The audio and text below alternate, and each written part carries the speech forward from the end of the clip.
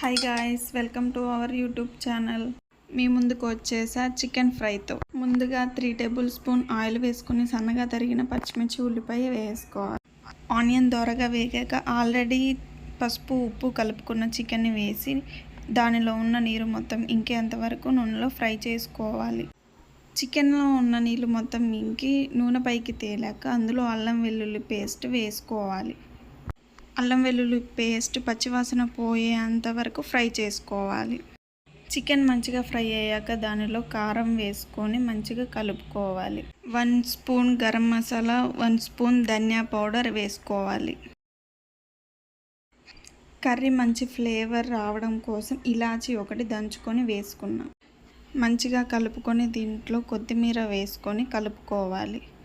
కొత్తిమీర మొత్తం మంచిగా మగ్గేంత వరకు తిప్పుతూ ఉండాలి. మన chicken fry ready. Like and subscribe.